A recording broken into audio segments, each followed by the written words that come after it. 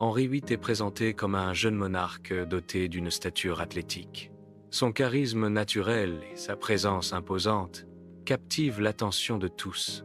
Henri VIII jouit d'une grande popularité auprès de sa cour et de son peuple. Le début de son règne est marqué par l'admiration et l'espoir. Un accident de joute en 1536 a radicalement changé la vie d'Henri VIII. La perte de conscience prolongée d'Henri VIII a marqué le début de ses problèmes de santé. Les blessures aux jambes d'Henri VIII ont persisté, affectant sa mobilité et sa santé globale. Ces blessures n'ont jamais guéri correctement, entraînant des complications à long terme. L'accident de joute a eu des conséquences durables sur la vie et le règne d'Henri VIII.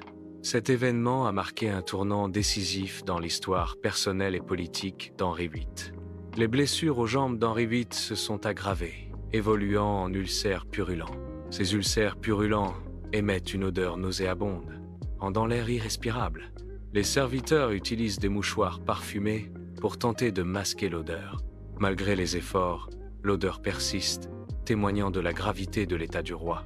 L'état physique d'Henri VIII se détériore progressivement après l'accident. Son poids augmente considérablement, affectant sa mobilité et son apparence. La mobilité réduite d'Henri VIII nécessite l'utilisation de chaises spécialement conçues. L'augmentation du poids corporel d'Henri VIII altère son apparence physique. L'état de santé d'Henri VIII se détériore suite à des complications post-traumatiques. Des infections sévères contribuent à la décomposition des tissus dans les membres inférieurs. La manipulation du corps entraîne le détachement de tissus infectés, nécessitant un nettoyage immédiat. Les serviteurs sont contraints de gérer les conséquences sanitaires de la maladie royale. L'entretien de l'environnement devient un enjeu crucial pour limiter la propagation des infections. Les experts médicaux modernes suggèrent qu'Henri VIII souffrait probablement du syndrome de Cushing. Le syndrome de Cushing peut expliquer la prise de poids observée chez Henri VIII. Il est également possible qu'Henri VIII ait souffert de diabète. Le diabète pourrait expliquer les problèmes de cicatrisation rencontrés par Henri VIII. La combinaison du syndrome de Cushing et du diabète a pu aggraver l'état de santé d'Henri VIII. Henri VIII, autrefois un monarque puissant, est maintenant dépendant de toilettes portatives. Son incapacité à gérer ses fonctions corporelles souligne son déclin physique. La dépendance aux toilettes portatives symbolise la fragilité de son pouvoir et de son corps. Cette scène met en évidence la déchéance physique et la perte de dignité d'un roi autrefois invincible. Catherine d'Aragon endure un calvaire de 24 ans. Henri déclare leur mariage invalide. L'annulation du mariage est basée sur des motifs politiques et personnels. Catherine est isolée et privée de tout contact avec sa fille Marie. L'isolement de Catherine symbolise la cruauté de la décision d'Henri. Marie est également victime de cette séparation forcée. Henri VIII orchestre une conspiration pour détruire Anne Boleyn. Il fait torturer le musicien d'Anne Boleyn pour obtenir des aveux. Plusieurs hommes sont arrêtés et forcés de confesser des adultères inventés. Ces confessions fabriquées servent de base à l'accusation d'Anne Boleyn. La conspiration vise à discréditer Anne Boleyn aux yeux de la cour et du peuple. Les aveux forcés et les accusations fabriquées conduisent à la chute d'Anne Boleyn. Anne Boleyn est forcée d'assister à l'exécution de son frère. L'exécution d'Anne Boleyn est retardée en raison de l'attente d'un bourreau spécial venu de France. L'attente du bourreau français prolonge l'angoisse d'Anne Boleyn. Le retard de l'exécution augmente la tension psychologique. L'arrivée du bourreau français est un élément crucial du déroulement de l'exécution. L'attente intensifie le drame de l'exécution d'Anne Boleyn. Catherine Howard, adolescente, est incarcérée à la Tour de Londres. Elle reçoit des messages alternant entre espoir de pardon et menaces de mort. La Tour devient un lieu de tension psychologique intense pour Catherine. L'isolement et l'incertitude amplifient son angoisse. Jane Seymour est considérée principalement comme un moyen de produire un héritier mâle. Son rôle principal est de donner naissance à un héritier pour assurer la succession royale. Jane Seymour décède des suites de complications post-partum. Malgré sa mort, la priorité d'Henri VIII reste la survie de leur fils. La succession royale est assurée par la naissance et la survie de l'héritier mâle. Anne de Clèves échappe à l'exécution, mais subit une forte pression. L'annulation du mariage est imposée à Anne sous la menace de mort. La survie d'Anne dépend de son acceptation de l'annulation.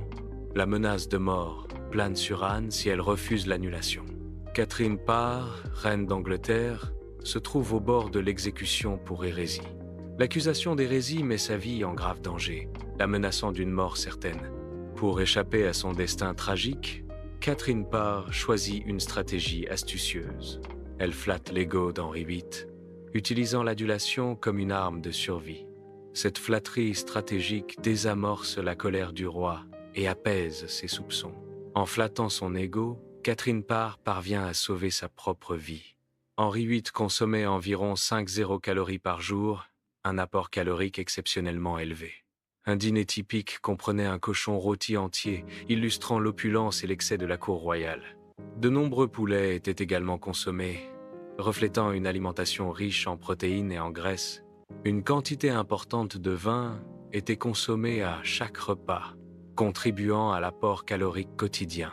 Les cuisines d'Henri VIII employaient plus de 200 personnes. Ces cuisines préparaient environ 800 plats chaque jour. La taille de la cuisine et le nombre d'employés reflètent l'opulence de la cour royale. L'organisation complexe permettait de gérer la préparation d'un grand nombre de repas. Chaque repas est traité comme une opération militaire en raison de la paranoïa d'Henri. Des goûteurs sont présents pour tester chaque bouchée avant qu'elle ne soit servie au roi.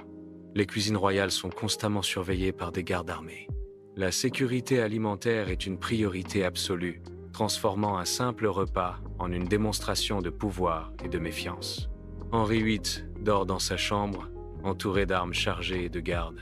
La présence d'armes et de gardes souligne la vulnérabilité perçue du roi.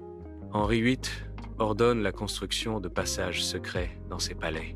Ces passages secrets offrent une voie d'évacuation discrète et sécurisée. Des dispositifs d'écoute sont installés pour surveiller les conversations. La surveillance constante révèle la méfiance et le besoin de contrôle du roi. Un réseau d'espions surveille d'autres espions, formant une structure complexe de surveillance mutuelle. Cette surveillance crée une toile de méfiance où chaque agent est à la fois surveillant et surveillé.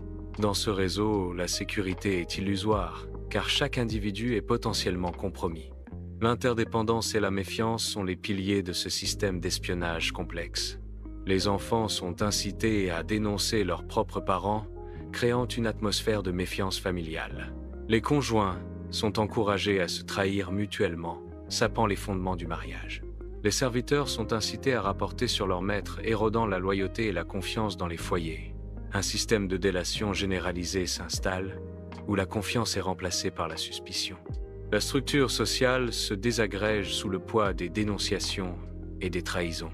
L'atmosphère du palais est imprégnée de peur et de paranoïa, conséquence directe de ces pratiques. La tour de Londres devient un symbole de terreur sous le règne d'Henri. La paranoïa d'Henri remplit la tour de prisonniers. Le seul crime des prisonniers est d'être proche d'Henri.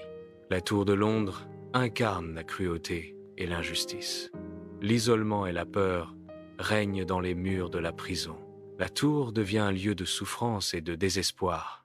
Le corps d'Henri VIII, distendu par les gaz de décomposition, présente un état physique avancé de dégradation.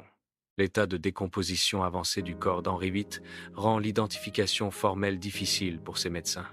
La confirmation officielle du décès d'Henri VIII est retardée en raison de l'état grotesque de son corps. Les médecins d'Henri VIII hésitent à déclarer officiellement son décès, confrontés à l'ampleur de la décomposition. L'apparence physique d'Henri VIII, altérée par la décomposition, pose un défi à la procédure de confirmation du décès.